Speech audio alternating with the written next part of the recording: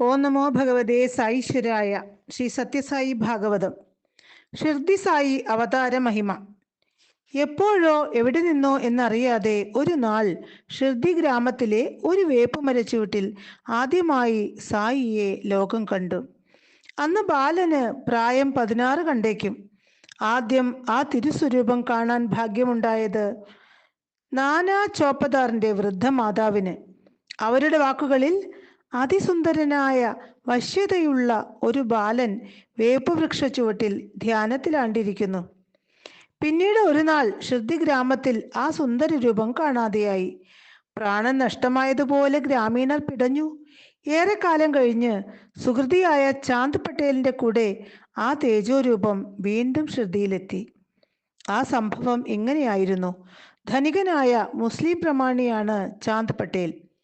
ഔറംഗാബാദിലേക്കുള്ള യാത്രക്കിടയിൽ അദ്ദേഹത്തിന് തൻ്റെ കുതിരയെ നഷ്ടപ്പെട്ടു. നിരാശനായി മടങ്ങും വേളയിൽ പട്ടേൽ വഴിയരികിലെ മാവിൻ ചോട്ടിൽ അതിതേജസ്വിയായ ഒരാളെ കണ്ടു.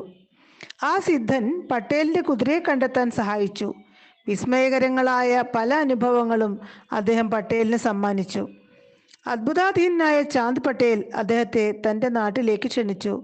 ലോകഗതി മാറ്റിയൊഴുകിയ നിമിഷങ്ങൾ. ആ യാത്ര ഷിർദിയിലെത്തി. വണ്ടിയിൽ നിന്ന് ഇറങ്ങി വരുന്ന യുവ തേജസ്വിയെ കണ്ട് ഭഗത് എന്നൊരാൾ പറഞ്ഞുപോയി, "സ്വാഗതം സായി." അങ്ങനെ ആ ഫക്കീർ അവരുടെ സായിയായി. പിന്നീട് ലോകത്തിന് ഷിർദി സായിയും.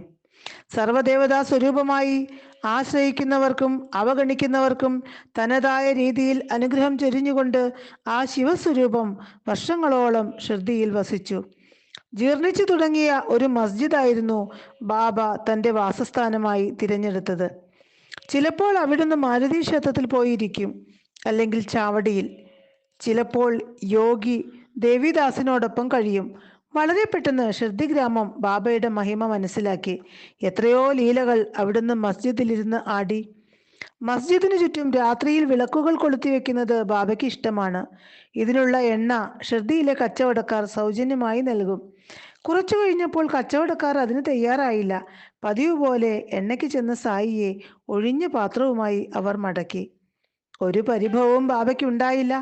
പതിവ് പോലെ ചിരാതുകളിൽ ബാബ തിരിയിട്ടു. പിന്നീട് എണ്ണ എടുക്കാറുണ്ടായിരുന്ന തകരപ്പാട്ടയിൽ വെള്ളം ഒഴിച്ചു. ആ വെള്ളം ബാബ വിളക്കുകളിലേക്ക് പകർന്നു.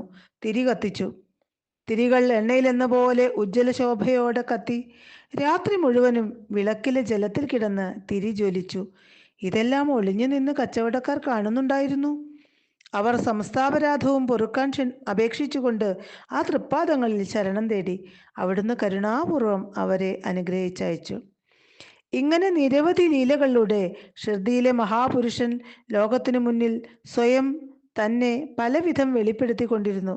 താമസിയാതെ ലോകം ഷിർദിയിലേക്ക് ഒഴുകാൻ തുടങ്ങി. അതിൽ നാനാതരത്തിൽപ്പെട്ടവരും ഉണ്ടായിരുന്നു. അവരെല്ലാം ബാബയുടെ പേരിൽ ഒന്നിച്ചു. മതവൈരം കുറഞ്ഞു തുടങ്ങി. പരസ്പരം കണ്ടാൽ കലഹിച്ചിരുന്നവർ സ്നേഹിച്ചു. ഈ ഐക്യം പുനഃസ്ഥാപിക്കുകയായിരുന്നല്ലോ അവിടുത്തെ അവതാരോദ്ദേശ്യം. ഷിർദി സായിബാബ ബാഭോൽക്കറിലൂടെ ഹേമന്ത് പാന്ത് തൻ്റെ അവതാര ലീലകളും ഉപദേശങ്ങളും ലോകത്തിന് സമ്മാനിച്ചു. അങ്ങനെയായിരുന്നു ശ്രീ സായി സച്ചരിതം രചിക്കപ്പെട്ടത്. സായിബാബയുടെ അനുവാദത്തോടെ സഹായത്തോടെ ഭക്തൻ എഴുതിയ പുണ്യചരിതം. കാലം പരുവപ്പെട്ടു വരുന്നതിനനുസരിച്ച് ഋഷിപ്രോക്തങ്ങളായ മഹനീയ സത്യങ്ങൾ ആ തിരുനാവിൽ നിന്ന് ലോകത്തിന് ലഭിച്ചു. ഒരു ധനികനെ മുൻനിർത്തി ഷിർദി സായി ആടിയ ജ്ഞാനോപദേശ ലീല അത്ഭുതാവഹമാണ്. ഓം തത് സത്ത്.